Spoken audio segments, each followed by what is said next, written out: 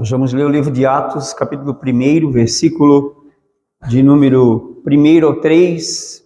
Irmãos, nós sabemos que o livro de Atos, ele é um dos livros mais importantes da palavra de Deus. Porque foi no livro de Atos que a igreja nasceu.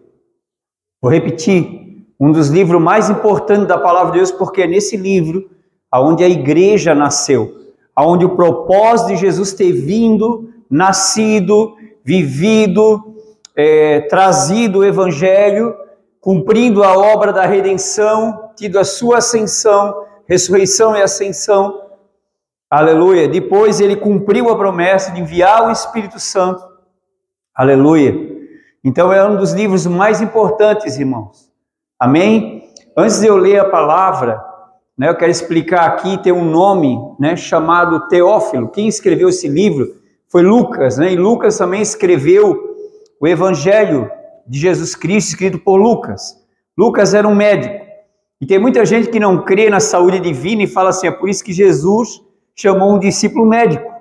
Então ele andava com kit de primeiros socorros, na mentalidade dessa pessoa, que se alguém precisasse de alguma coisa, ficasse doente, Lucas estava ali. Chama o Lucas. Então, só por Jesus, irmãos? Escutar uma coisa dessa. Mas, olha só, então precisamos entender, Lucas, ele nem era judeu e ele escreveu, e aqui ele vai usar o nome Teófilo, mas lá também no capítulo 1 de Lucas, Evangelho, coloque lá para mim, por gentileza, vou só pontuar algo, capítulo 1, versículo 3, Lucas, capítulo 1 e versículo 3, olha o que a palavra fala aqui, pareceu-me também a mim conveniente descrevê-los a ti, ó excelentíssimo Teófilo, por sua ordem, havendo-me já informado minuciosamente de tudo desde o princípio. Então a palavra ali fala, Lucas relata sobre essa pessoa por nome Teófilo, que ele tinha, era alguém da alta sociedade, e ele tinha um padrão de vida com Deus muito excelente, porque ele fala, ó excelentíssimo Teófilo, por sua ordem, havendo já informado minuciosamente de tudo desde o princípio, me informado. Então, quem estava, falando ali, na verdade é Lucas, a respeito dessa pessoa Teófilo. Só que o nome Teófilo, ele quer dizer também amado por Deus, ele também quer dizer amigo de Deus. Então essa palavra se aplica para essa pessoa Teófilo, mas também se aplica para qualquer amado de Deus, qualquer pessoa que pertence a Deus. E agora voltando lá no livro de Atos, capítulo 1, versículo 1, então, Lucas, ele vai dizer, fiz o primeiro tratado, que está se referindo, em outra tradução ele vai dizer, o primeiro relato, que é a escritura do Evangelho de Lucas. Então ele que fez o relato, a narrativa, a escrita do Evangelho de Lucas. E ele fala, ó Teófilo, ó amado, ó amados, acerca de tudo que Jesus começou não só a fazer, mas a ensinar. Diga comigo, fazer. E a ensinar. Versículo 2. Até o dia em que foi recebido em cima, depois de ter dado mandamentos pelo Espírito Santo aos apóstolos que escolhera. Versículo 3. Aos quais também, depois de ter padecido, se apresentou vivo, com muitas e infalíveis provas, sendo visto por eles por espaço de 40 dias, falando do que diz respeito ao reino de Deus. Amém? Nós sabemos que nos evangelhos, irmãos, Jesus não falou muito sobre o reino de Deus. Mas aqui a palavra diz que Jesus ele ficou num espaço de 40 dias falando sobre o reino de Deus. Por quê? Que só depois da ressurreição ele enfatiza um assunto. Ele trata um assunto, porque agora Jesus ele já estava na vida ressurreta. Ele já era o rei do reino do Espírito. Aleluia. Então a igreja, os primeiros discípulos, precisavam entender melhor do que ninguém a respeito do reino de Deus, que é o reino do Espírito, que é um reino eterno, que é um reino incorruptível, imutável, inabalável. Amém? Aleluia. Então essa palavra nos fala muita coisa. Por quê? Por que eu falei que é um livro mais relevante? Pode tomar assento, não precisa mandar, irmão, quando quiser tomar assento. Então o que acontece? Porque essa palavra, esse livro dá continuidade. A palavra fala no versículo 1 ali, então, voltando ao versículo 1. Fiz o primeiro relato, ó Teófilo, acerca de tudo que Jesus começou não só a fazer, mas a ensinar. Agora ele fez, falando que fez o primeiro, e agora ele vai fazer o quê? O segundo, a continuidade, que era por meio da igreja, por meio dos primeiros crentes. Então agora ele vai fazer o segundo relato. Aleluia! Glória a Deus! Então Jesus, em duas coisas, que Jesus não somente começou a fazer, mas também a ensinar. Quando se faz algo e começa a se fazer algo, deve-se entender que esse algo que se começou a ser feito, principalmente pela pessoa de Jesus, deve ser dado continuidade àquilo que ele começou a fazer. E ao que ele começou a ensinar, aleluia, também deve-se dar continuidade àquilo que ele começou a ensinar. E aqui a questão, o ponto, a visão de Lucas era, aleluia, trazer o relato agora, aleluia, do segundo relato. No primeiro livro, o Evangelho de Lucas, agora o livro de Atos seria fazer o segundo relato, aonde Jesus foi recebido em cima no céu, aleluia, glória a Deus, aleluia. Então ele vai ser recebido no céu, depois que ele dá os mandamentos, né? Aleluia. Falando das palavras aí por 40 dias, como diz lá no versículo 3. Depois ele pega e vai ter a sua ascensão, ele vai subir ao céu e vai ser recebido pelas nuvens do céu diante dos olhos daqueles irmãos. E agora aqueles irmãos vão continuar a fazer o que ele começou a fazer e continuar a ensinar aquilo que ele começou a ensinar. Por isso que a importância do livro de Atos, a conexão com o que os evangelhos narram que Jesus fez e agora aqueles que estavam fazendo em nome de Jesus. Amém? Aleluia. Muito bem, diante disso, eu quero passar para o capítulo 2, eu quero tratar de algo aqui nessa noite bem relevante, bem importante. Capítulo 2, a partir do versículo número 41. Aleluia.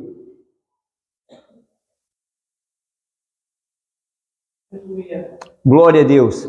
Então aqui depois que Jesus cumpriu a promessa, que ele determinou que eles deveriam aguardar a promessa em Jerusalém, segundo os estudos, né?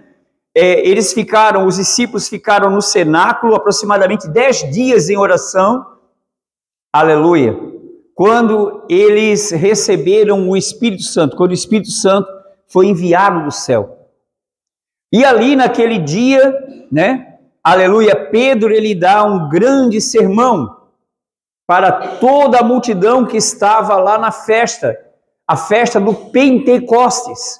Irmãos, na verdade, a palavra Pentecostes se trata de uma festa judaica. Não tem nada a ver com a descida do Espírito Santo.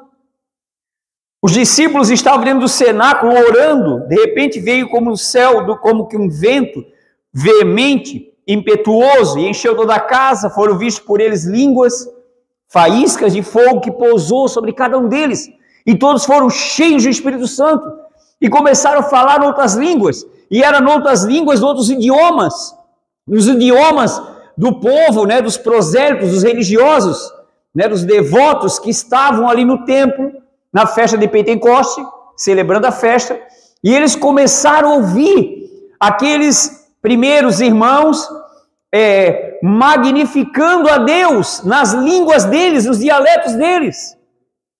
E esse foi o propósito de Jesus de estabelecer que eles tinham que ficar em Jerusalém.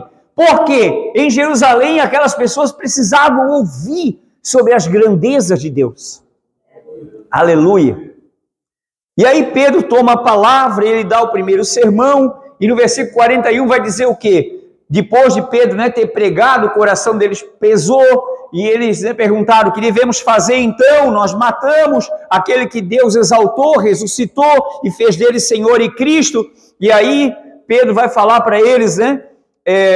Pode colocar, por favor, o versículo 38, só para não ficar fora do contexto. 38 fala assim, ó: e disse-lhes Pedro: arrependei-vos cada um de vós e seja batizado em nome de Jesus Cristo para perdão dos pecados e recebereis o dom do Espírito Santo. Então ele está falando isso para o povo judeu, que estava lá em Jerusalém, que eles têm que se arrepender do quê? Se arrepender do quê? Uma pergunta. Do quê? Do quê? Como assim, irmãos? O pecado. Por que os judeus têm que se arrepender? Não era dos pecados. Eles têm que se arrepender de não ter crido e recebido Jesus. E aí eles crendo e recebendo Jesus, eles então seriam batizados em nome de Jesus para o perdão dos pecados. Amém?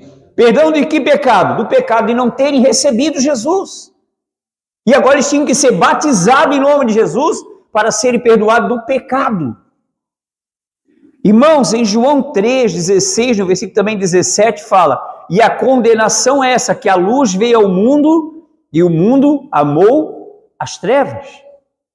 O maior pecado hoje é não crer em Jesus, irmãos. Sabiam disso?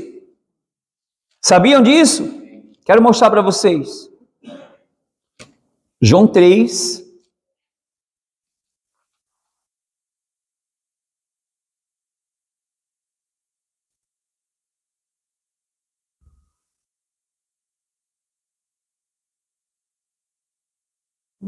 O versículo principal é o 3,16, porque Deus amou o mundo de tal maneira, né, que deu seu Filho para que todo aquele nele queira não pereça, mas tenha vida eterna.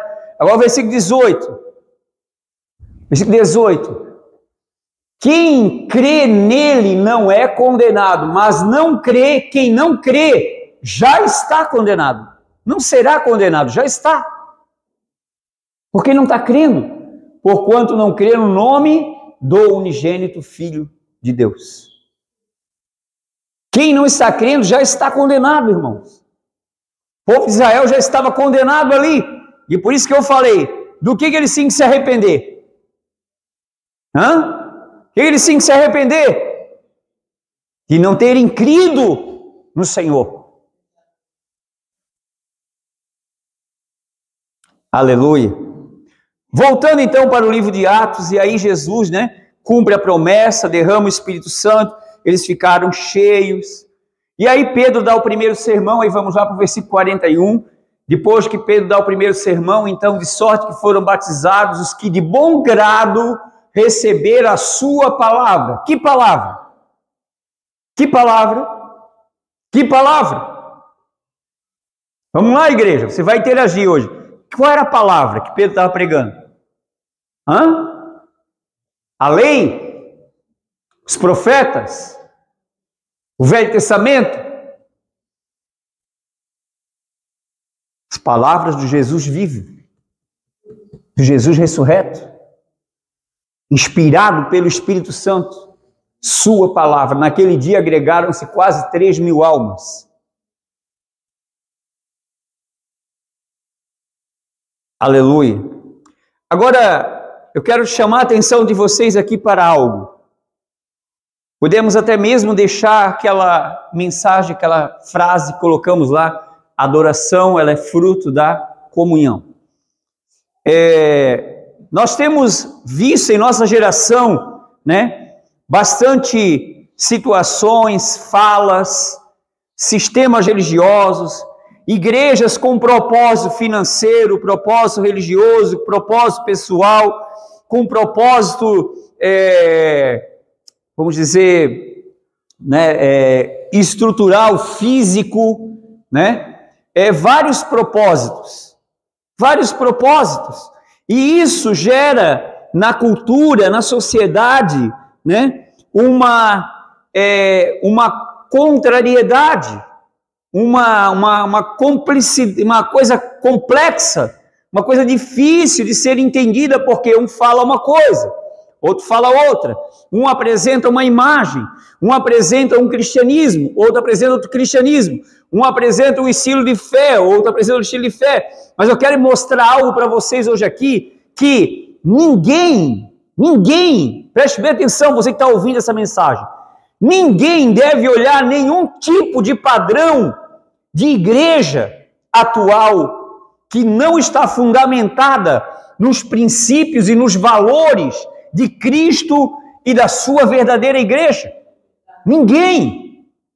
Por quê? Porque já houve uma grande, aleluia, porção, e já há na palavra de Deus um registro de pessoas que melhor do que qualquer outra geração já mostraram e configuraram para nós um padrão de excelência, um padrão de vida, um padrão de verdade, aonde eles tinham vida, onde eles tinham intensidade, profundidade com Deus, aonde eles abriram mão daquilo que eram, daquilo que tinham, daquilo que, aleluia, daquilo que naturalmente viviam, para viver, aleluia, na comunhão, para viver no propósito de Deus. E eu quero mostrar para vocês aqui 7 aspectos, aleluia, da primeira igreja. Aleluia, glória a Deus, aleluia. Que então aqui, essa primeira igreja, ela configura para nós uma imagem do que é a igreja, do que é a igreja de Cristo.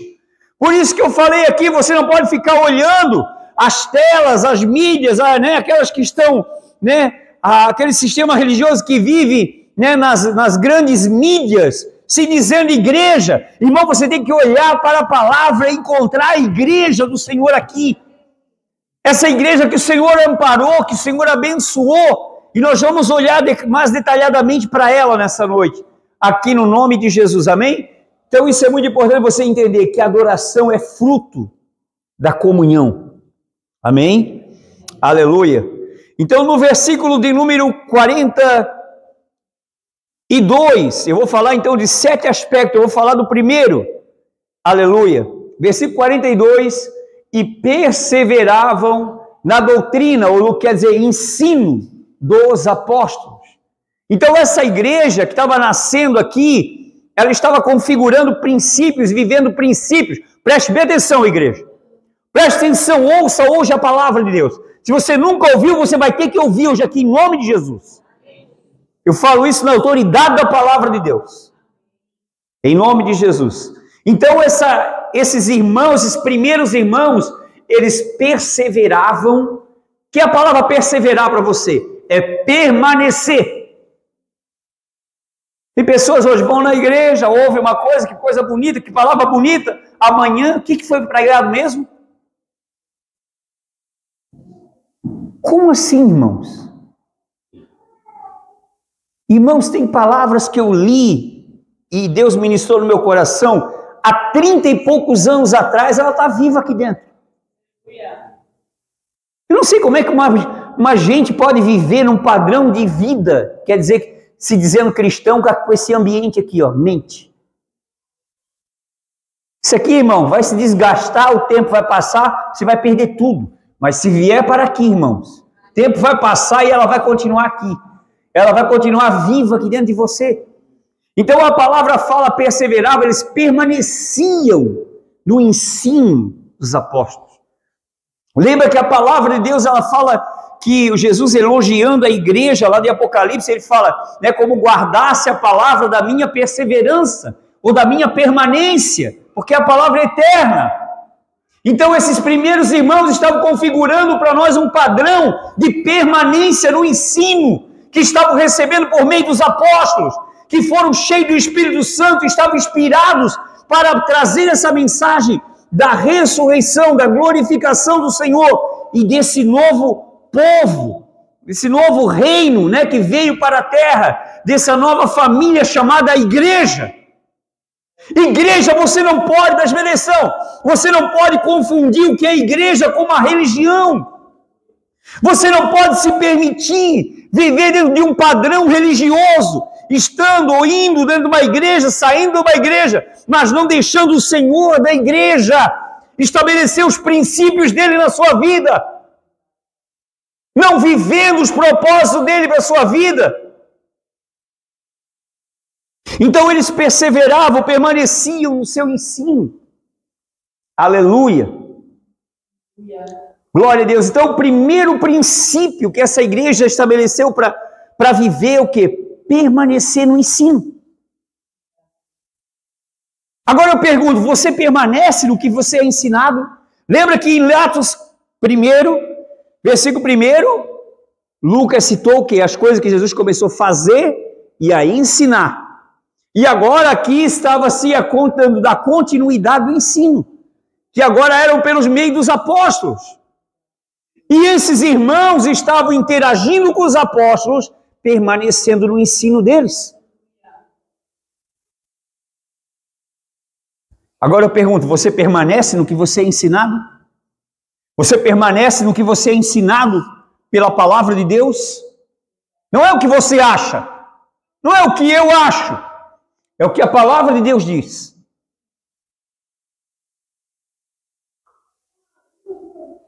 O que você acha, o que eu acho, não tem importância nenhuma, não vale nada. Mas o que Deus acha, o que Deus fala, isso tem toda a importância.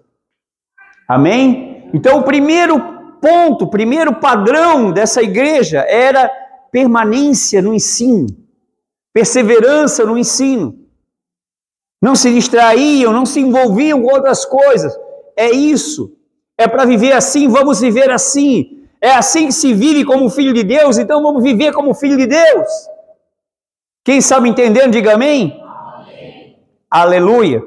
O segundo ponto, irmãos, é interessante que eu vou falar de 7 e 7, né? Eu falo que a Bíblia, ela também tem uma revelação muito grande na numerologia bíblica. E os números têm muito sentido, e nós sabemos que 7 é o número de Deus. Ele é o número de Deus. E eu quero falar sobre as 7 características dessa primeira igreja. Porque ela estava tão em Deus que ela estabeleceu-se em 7 características. Aleluia. Certa vez, irmãos, o nosso irmão Pedro, né, ele era uma figura muito interessante porque ele tinha umas características muito natural, ele era um homem muito proativo, muito energético, né, como muitas pessoas que nós conhecemos. Mas o Senhor Jesus abençoou a vida dele, mudou a vida dele, ele se converteu, o Senhor acreditou nele, investiu nele e falou para ele que quando ele se convertesse, ele iria confirmar os irmãos, ele ia cuidar dos cordeirinhos. Aleluia! E foi isso que aconteceu. Aleluia! O Senhor confiou algo na vida de Pedro, e Pedro, aleluia, ele correspondeu ao investimento de Jesus na sua vida. Você, aleluia, eu quero fazer uma pergunta para você hoje. Você está disposto a corresponder ao investimento do Senhor na sua vida? Pergunte a pessoa que está do seu lado. Você está disposto a corresponder ao investimento do Senhor na sua vida? Aleluia. Então, a primeira base, o primeiro ponto que essa igreja estava configurando para todos nós, para todas as igrejas, todas as gerações, todo princípio é permanência no ensino. Segundo, na comunhão e no partir do pão. Vamos falar aqui da comunhão. O que é comunhão? Tudo estava em comum. Eles estavam juntos. Eles estavam ligados. Eles estavam unidos.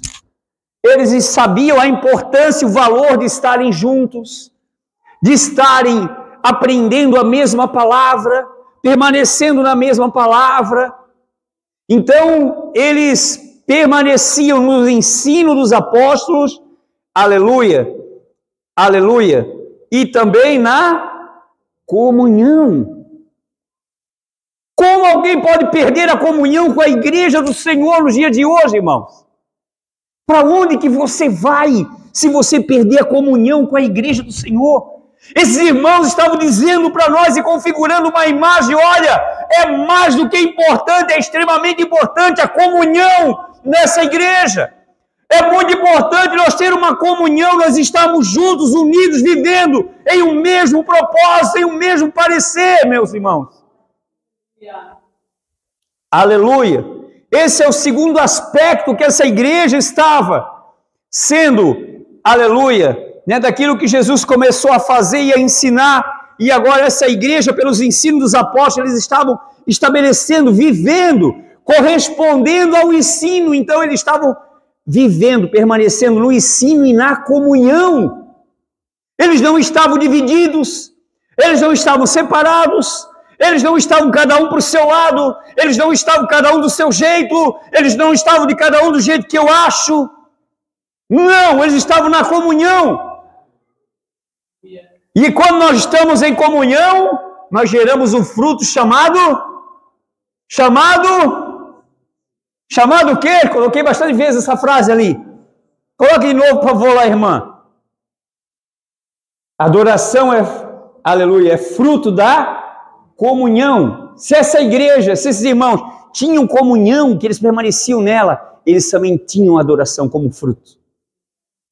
Então, se a igreja, as igrejas, sistemas religiosos hoje, tem muitas canções, tem muitos cantores, tem muitos atores que cantam, mas não tem adoração, porque não tem comunhão.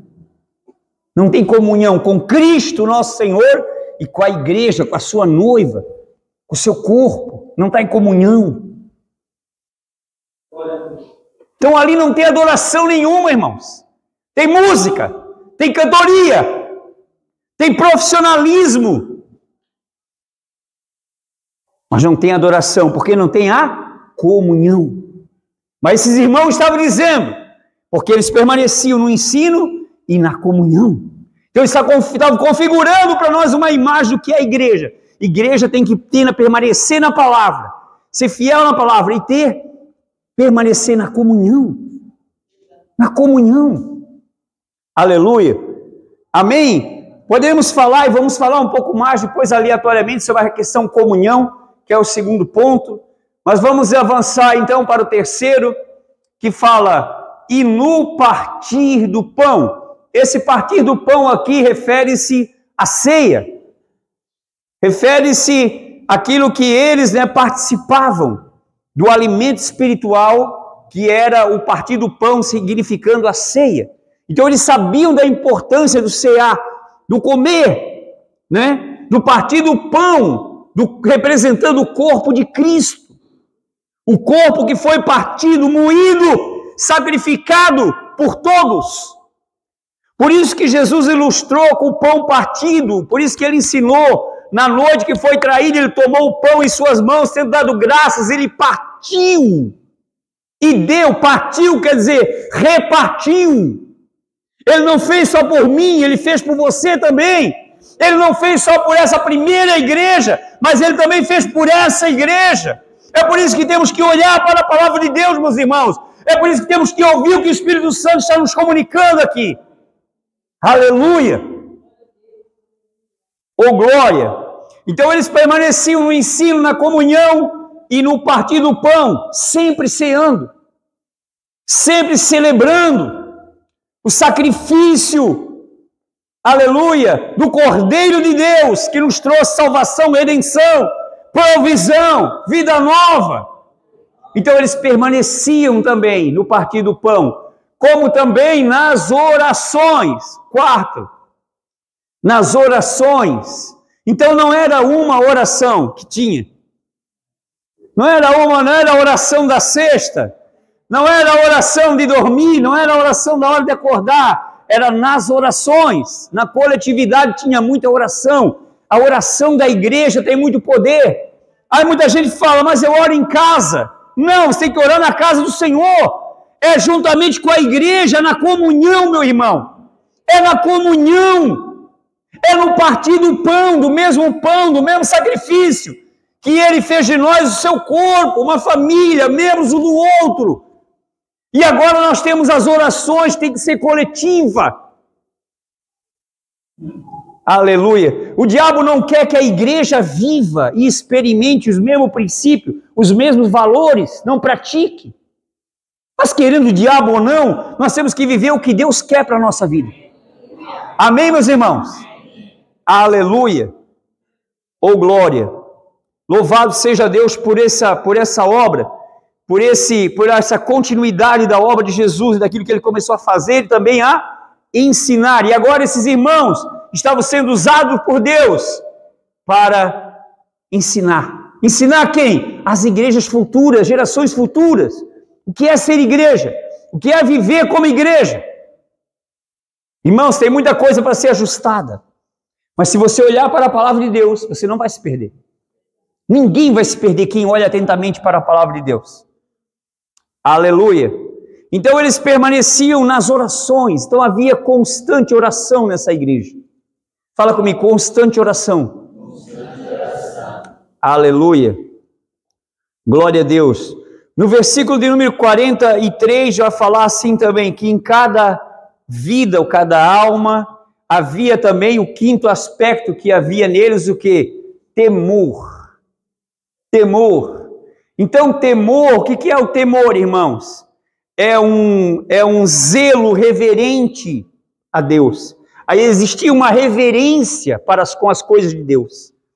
Quando há temor, irmãos, há um zelo, um cuidado pelas coisas de Deus. Porque quando há temor, nós entendemos o quê? Que as coisas de Deus têm valores eternos, são preciosas, são mais valiosas do que as coisas comuns dessa vida. É mais valioso que a sua casa, do que seu carro, seu trabalho, seu dinheiro, porque tudo isso passa, mas aquele que faz a vontade de Deus não passa. A nossa Bíblia, a palavra de Deus nos diz isso, meus irmãos. Aleluia! Oh, glória a Deus! Então em cada alma havia temor, havia um zelo, uma reverência grandiosa por Deus, pelas coisas de Deus. Havia temor. As coisas de Deus eram preciosas aos olhos deles. Então eles olhavam e viam o valor da verdade eterna de Deus, o propósito eterno de Deus. Então havia temor no coração deles. Ah, irmão, se essa igreja olhar e entender como ela, aleluia, pode viver à altura daquilo que Deus designou para ela, aleluia, eu creio que essa igreja ela pode olhar e perceber que há, aleluia, uma imagem, uma referência para vivermos à altura daquilo que Deus estabeleceu para nós. Aleluia. Oh, glória a Deus. Quem pode dizer glória a Deus por isso? Glória a Deus. Aleluia.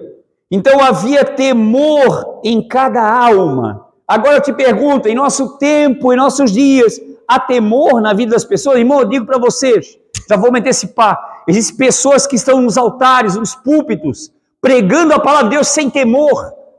Existem pessoas que estão nas mídias, irmão, que não tem temor de Deus, não tem temor, não tem zelo pelas coisas de Deus, não tem zelo, não tem compromisso com as vidas que Deus lhe confiou.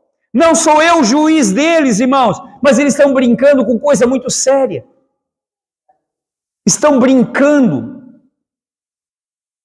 Estão denegrindo a noiva de Cristo, a imagem da noiva de Cristo, que é santa, que é gloriosa, que é imaculada. Mas o Senhor vai julgar os adúlteros como também os iníquos. Então ali, irmãos, aleluia, então havia temor, né? Oxalá que haja no coração dessa igreja temor pelas coisas de Deus, temor pelos princípios de Deus, pelos valores eternos de Deus para a nossa vida. Quem está me entendendo, diga amém. Oh, aleluia! Oh, glória a Deus! Aleluia! Como também, então, aleluia, quero mencionar aqui o sexto sinal dessa igreja, que era, aleluia, os sinais do apostolado, né? Aleluia! E muitas maravilhas e sinais se faziam pelos apóstolos, porque ela era uma igreja verdadeira e porque o Jesus verdadeiro estava nela, e porque as coisas que Jesus começou a fazer, ele continuou a fazer, aquilo que ele começou a ensinar, estava continuando a ser ensinado, então inevitavelmente estava acontecendo o quê? Sinais nessa igreja. Agora eu pergunto, irmão, você que defende as ideologias, as metodologias, as filosofias, as doutrinas de hoje, onde estão os sinais? Sinais é o apontamento de Deus para dizendo, eu estou ali. Eu estou nesse meio ali, eu estou naquele lugar. Então havia sinal de Deus aqui. Deus assinalando para o mundo daquela época. Venham para cá, eu estou aqui. Venham nesse lugar. Eu estou no meio desse povo aqui. Então esse era o sentido dos sinais que eram feitos por meio dos apóstolos. Aleluia. Então esse era o sexto, aleluia, aleluia, né? Sinal ou parâmetro, aleluia, que Deus estava dando para a igreja. A igreja tem que ter sinal, irmãos. A igreja tem que ter maravilhas e Deus acontecendo. Mas preste bem atenção, existe uma ordem. Está lá em sexto as maravilhas, os sinais. Muita gente quer ver maravilha. Essa igreja não tem maravilha. Mas você persevera no princípio do ensino da palavra? Você está em comunhão? Você está no partir do pão? Você está nas orações? Há temor de Deus na sua vida? Quer sinais? Sim, veja os sinais primeiro na sua vida. Sinais vitais de um verdadeiro cristão tem que estar em você. Tem que estar em cada um de nós, meus irmãos. Aleluia. Vou mostrar para vocês agora os 7 pontos. 7, né? 7, talvez o mais relevante aqui. Aleluia. Vamos seguir no capítulo 40, versículo 45. Aleluia. Agora preste bem atenção. Vendiam suas propriedades e fazendas e repartiam com todos, segundo cada um tinha necessidade. Cada um tinha necessidade. Aleluia. Glória a Deus. Versículo 46. E perseverando unânimes todos os dias no templo e partindo o pão em casa, comiam juntos com alegria e singeleza de coração. Aleluia. Alegria e singeleza de coração. Meu Deus, que igreja maravilhosa. Você não queria estar numa igreja dessa, não? Você que me ouve, você não gostaria de estar numa igreja como essa, não? Agora eu quero dizer uma coisa, nós estamos recebendo a mesma palavra, irmãos. Nós estamos recebendo o mesmo ensino. Ou seja, nós estamos sendo oportunizados para viver no mesmo padrão que essa igreja viveu um dia. Porque se trata do mesmo Senhor, se trata do mesmo Espírito Santo, se trata da mesma palavra, se trata dos mesmos princípios. É somente nós se sujeitar, é somente nós se adequar, é somente nós se alinhar com Deus, meus irmãos. Aleluia. Em outras palavras, o que acontecia ali, que esses apóstolos, eu queria que as irmãs colocassem lá o versículo 43 novamente, por gentileza. Aleluia. Ou melhor, 44. Aleluia.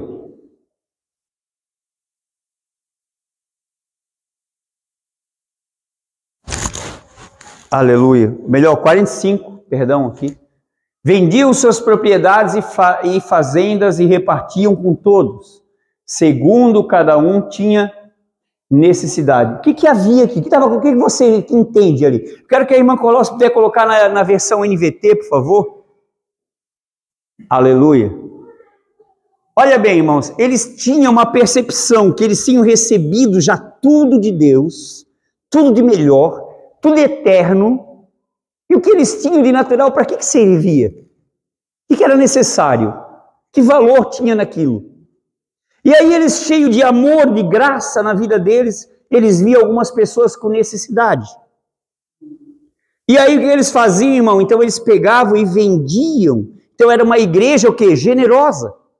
Uma igreja amável, que tinha coração para com a necessidade daqueles irmãos.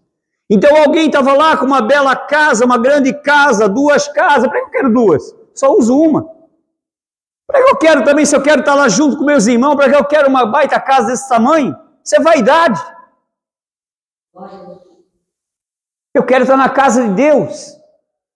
Então nessa versão fala assim, vendiam propriedades e bens e repartiam o dinheiro com os necessitados. Então havia o quê? Então essa é uma tradução melhor para definir o quê? A generosidade do coração dessa igreja. A disponibilidade, o desprendimento, o desapego daquela igreja pelas coisas, ó. E agora nós vemos hoje uma igreja envolvida no mesmo sistema do mundo, o mundo capitalista. Nós sabemos que o mundo hoje é um mundo capitalista. E agora nós vemos igrejas trabalhando dentro dos princípios financeiros, capitalista. lidando com almas por meio do quê? Usando as almas para um propósito, usando as vidas para um propósito, dinheiro, arrecadar dinheiro. Irmãos, isso é muito diabólico. Isso não tem nada a ver com a igreja de nosso Senhor. Isso não tem nada a ver com a igreja, daquele que nos amou e por nós se entregou, derramando seu próprio sangue, simbolizando, o valor de algo eterno. Como diz a palavra, fomos comprados a bom preço, não com coisas corruptíveis, passageiras, como a prata e o ouro, mas com o precioso sangue de Cristo, como de um cordeiro imaculado, incontaminado. Aleluia! Oh, glória! Então eles viam, irmãos, o que era mais prioridade. A prioridade era estar no Senhor. E se havia alguém entre eles necessitados, os necessitados eram socorridos, eram supridos. Então era uma igreja generosa, que tinha, era generosa, que se doava e doava. Doava. Porque eles entenderam o valor que eles já receberam, irmãos. Então eles não eram mais uma igreja egoísta. Eles não estavam presos a esse sistema capitalista avarento, ganancioso, miserável, que só pensa em mais e mais e mais e mais. Para quê? Para quê? Olhe para o mundo, olhe para os reinos, os países estão aí, um querendo ser o maior, um querendo vencer o outro, intimidando o outro, oprimindo o outro, porque são corruptos, porque são malignos. E a igreja não tem nada, a igreja verdadeira não tem nada a ver com esse sistema mundano, irmão. A igreja verdadeira, ela tem princípios, e dentro desses princípios, estabelecido pelo Senhor para a sua igreja, é que nós temos que viver. E aí nós podemos viver uma vida, aleluia, uma vida com excelência, uma vida com profundidade, com intensidade, com essência. Essência. Muitos não entenderam o cristianismo ainda. Muitos não entenderam o valor de ser um filho de Deus, um cristão. Aleluia, o privilégio que é. O valor que tem, aleluia, o valor que tem a minha nova vida em Deus, o valor que há de eu ter recebido essa graça maravilhosa de Deus na minha vida, a riqueza incompreensível em Cristo Jesus, o meu Senhor, aleluia, oh glória a Deus. Aleluia. Voltando ali o que eu comecei e acabei não concluindo, sobre Pedro, quando faz aquela pergunta para Jesus, falei um pouquinho sobre Pedro, mas lá em Mateus capítulo 18, versículo 21, Pedro ele faz uma pergunta, e eu falei sobre a numerologia bíblica, aleluia, que número 7 é o número de Deus, 7 sempre vai se referir, é o número de Deus, aleluia. Então Pedro se aproximou de Jesus e perguntou: Senhor, quantas vezes devo perdoar alguém que peca contra mim? 7 vezes. Jesus responde no versículo 22. Jesus respondeu não 7 vezes, mas 70 vezes 7. Agora presta atenção. Ignorantemente, cegamente, erroneamente, muita gente vai dizer que eu tenho que perdoar 490 vezes. Que leitura bíblica. 70, vai falar sempre do número 7 de Deus, vezes 7. 7, ou seja, você vai perdoar como Deus sempre perdoa. Você vai perdoar como Deus sempre perdoou, queridos. Na mesma intensidade de Deus, na mesma verdade de Deus, na mesma legitimidade de Deus. Esse é o padrão do perdão. Esse é a quantidade, o tamanho do perdão, é o tamanho do perdão de Deus. E é assim que nós temos que perdoar quem nos ofende, quem nos afligem, que nos odeiam. É assim que temos que perdoar essas pessoas. Não é procurando um número e fazendo uma conta e dizendo é 490 então. E aí Pedro no versículo 23 vai dizer o quê? Porque ele não entendeu o que Jesus falou. Aleluia. E aí ele fala, portanto o reino do céu pode ser comparado a um senhor que decidiu pôr em dia as contas com seus servos que lhe deviam. Em outro evangelho vai dizer, Pedro vai dizer, então Senhor, dá-me mais fé. Dá-me mais fé, para mim poder perdoar como Deus perdoa. E aí Jesus disse para Pedro, Pedro, tenha fé de Deus. Veja como Deus, cria como Deus. Perdão de Deus não é condicional e nem tem um tamanho, nem tem um limite, irmãos, para ele se esgotar, para ele se acabar. Perdão de Deus não acaba. E quando nós temos o perdão de Deus em nossa vida e sabemos o que é perdoar, aleluia, nós nunca vamos reter ofensa contra alguém, nunca vamos estar ofendido com ninguém. Você não pode carregar uma ofensa contra ninguém. Quero te mostrar algo em João. No capítulo 20, versículo 23, praticamente 99% de quem fala que conhece a Bíblia não entende isso. Se vocês perdoarem os pecados de alguém, eles estarão perdoados. Se não perdoarem, eles não estarão perdoados. Jesus estava falando o que, irmãos? Primeiramente, ele estava falando aqui, aleluia, ele já estava ressuscitado. Então ele aparece para os seus discípulos, então ele já entra com a nova linguagem do seu reino, os parâmetros, os padrões do seu reino. E aqui ele está falando que nós temos uma autoridade sobre a questão perdão. Porque a falta de perdão é uma prisão. E o perdão é uma liberdade. O perdão é como o pagamento de uma dívida. Então aqui, se vocês perdoarem os pecados de alguém, eles estarão perdoados. Não está falando Deus perdoando. Está falando de nós perdoando. Sim ou não? Está aí na Bíblia. Está vendo ou não está vendo? Está falando de Deus perdoando ou você perdoando?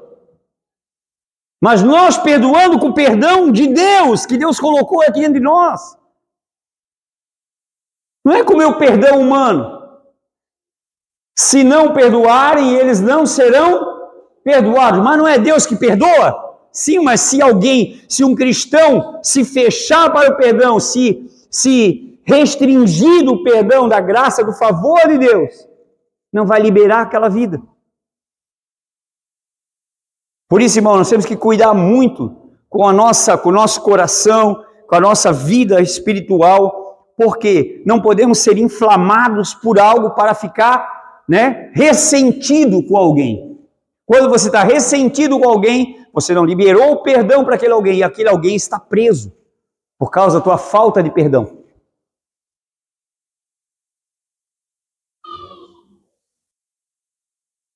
Lembra que eu falei? Até quantas vezes eu tenho que perdoar alguém? Pedro perguntou, até 7. Pedro estava começando a entender a numerologia, o sentido da numerologia. Até 7, que é o número de Deus. Aí Jesus disse, não digo 7, mas 70 vezes 7. Bem grandão de Deus, assim, na totalidade de Deus. 70 vezes 7. Aleluia. Então, por isso que Jesus disse, irmãos, aqueles a quem, na minha tradução aqui, na Almeida, vai dizer, aqueles a quem perdoardes os pecados, lhes são perdoados.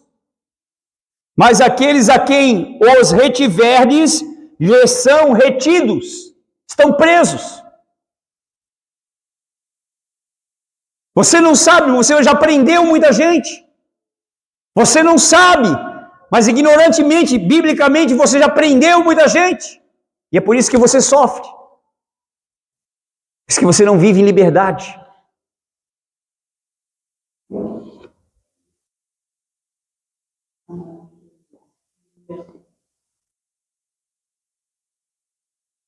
Aleluia. Então, voltando, deixa agora o perdão, aprenda sobre o perdão, mas agora então voltando para essa igreja. Então essa igreja configurou para nós uma imagem de que, dando ali 7, padrão de Deus, 7 características, 7 virtudes, 7 valores, 7 princípios. Aleluia, para que nós venhamos andar. E o mais excelente deles, eu vejo como o 7, que é o 7 de Deus, que tudo deles era em comum. Tudo era para todos. Não havia egoísta no meio deles. Não, é para mim. O meu tem que ser o melhor. Para mim tem que ser o melhor. Eu tenho que ser o melhor. Não, todos têm que ter o melhor. Esse é o padrão de Deus para a sua igreja. Esse é o padrão. Tudo era comum. E aí eles vendiam suas propriedades, suas fazendas, e eles, generosamente, com liberdade, eles davam àqueles que tinham necessidades. E aí por isso que a palavra fala que não havia entre eles necessitado. Por que no mundo hoje tem tanto necessitado? Porque tem um monte, né, de opressores, milionários, ricos, se prevalecendo em cima do quê? Da pobreza, da miséria dos outros. Da escassez do outro. E ele está acumulando, acumulando, acumulando, para quê? Pobre miserável, pobre egoísta, pobre avarento, pobre rico, as tuas riquezas estão apodrecidas, como diz a palavra do Senhor. Muito em breve elas vão desaparecer. E aí o que você tem? Você não tem vida, você não tem liberdade, você não tem verdade, você não tem eternidade. Abre teus olhos para isso.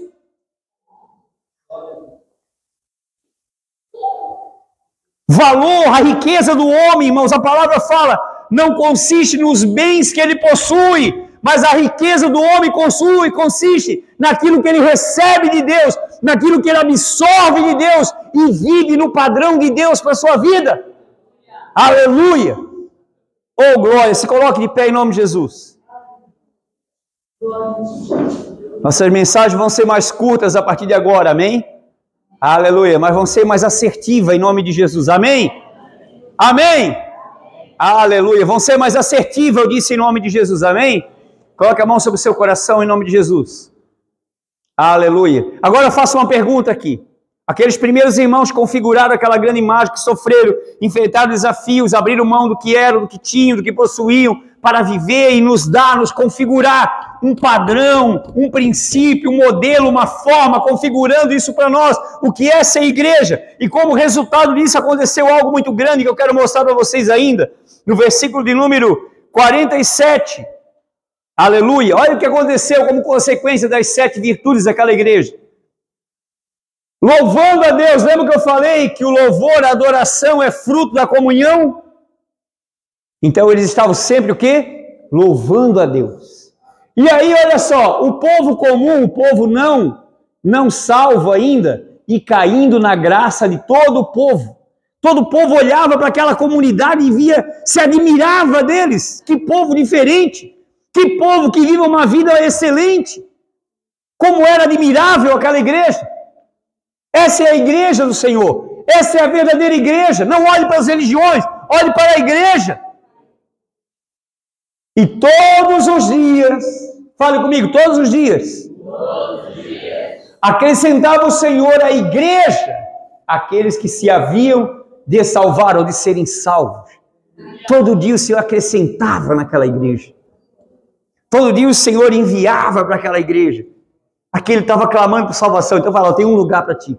Vai lá. Eu já estou dando sinal lá. Vai lá naquele lugar lá.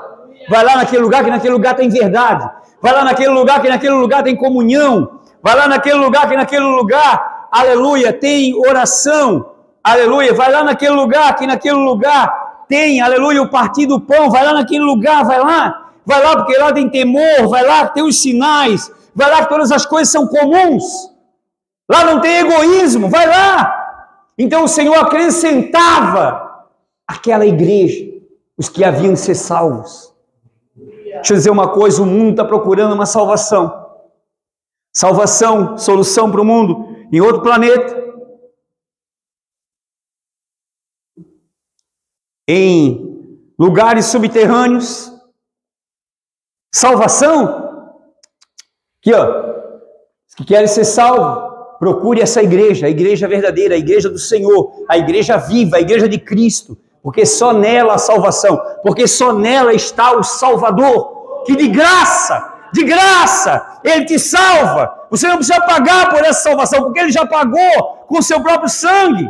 Aleluia, você pode entrar nela, você pode ser parte dela se você abrir o seu coração para ela.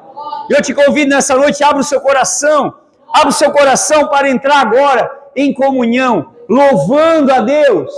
Como fruto da comunhão, essa igreja tinha a adoração. E eu quero que essa igreja aqui aprenda esse princípio. Comunhão Aleluia. Ou melhor, adoração é fruto da comunhão. Aleluia. Irmão, negócio de alma, cantoria bonita, mexe aqui com a alma, mexe com o sentimento, balança para lá, balança para cá. Isso, irmão, isso não me engana, não me iluda com isso. Adoração é fruto da comunhão. Como fruto da comunhão, aleluia, aquela igreja tinha adoração. Adoração. E o Senhor, aleluia, o povo, né? Via com graça aquela igreja, aleluia, e o Senhor acrescentava, enviava aquelas almas que deveriam, né, que precisavam da salvação, enviava para a igreja. O Senhor envia para a igreja aqueles que hão, né, de receber esta salvação, que de graça Ele te dá. De graça Ele dá. Amém? Eu estou aqui nessa noite, irmãos, apresentando o que é a igreja para você. Você que ainda não encontrou, não se identificou, não visualizou o que é a igreja. Entenda que está definido para você o que é a igreja. Isso é igreja. O resto é religião. O resto é comando de homens. O resto é coisa que tem corrupção, que vai passar, que vai acabar. Irmãos, isso aqui aconteceu, aleluia, dentro do calendário, né, secular, milenar, aconteceu após o nascimento de Jesus. Só que a igreja, o acontecimento, na verdade, para nós como igreja, nós contabilizamos após a ressurreição de Jesus. Então Jesus, né, foi sacrificado aos 33 anos, aleluia. Então nós estamos entrando agora no terceiro milênio. No início, terceiro dia, e na numerologia bíblica, o terceiro dia é o dia da manifestação do Senhor. Bem no início, no primeiro dia, aleluia, da semana. No primeiro dia da semana. No primeiro dia, bem cedo, ao amanhecer, as mulheres que foram ao sepulcro encontraram ele vivo.